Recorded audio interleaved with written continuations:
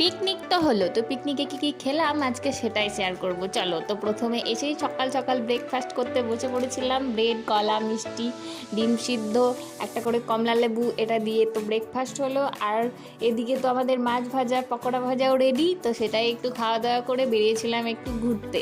তো একটু ঘোরাঘুরি করে এদিকে পেয়ে গেছিলাম কটন ক্যান্ডি, সেটাও খেয়ে নিলাম। তারপর এসে দিকে ও বাবা, এদিকে ভাত, বেগুন ভাজা, তরকারি, এগুলো অনেক কিছু হয়ে গিয়েছিল, পাঁপড় ভাজা, আর এদিকে চলছিল ভুট্টা পোড়া।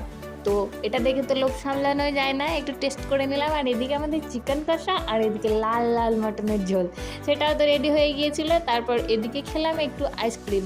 তো এদিকে তো সন্ধ্যা হয়ে আসছে, বাড়ি তো ফিরতে হবে, তাই এদিকে বসে গিয়েছিলাম খাওয়া দাওয়া করতে। তো চলো, ভিডিওটা কেমন লাগলো জানিও, আর হ্যাঁ, সাবস্ক্রাইব করতে যেন ভুলো না।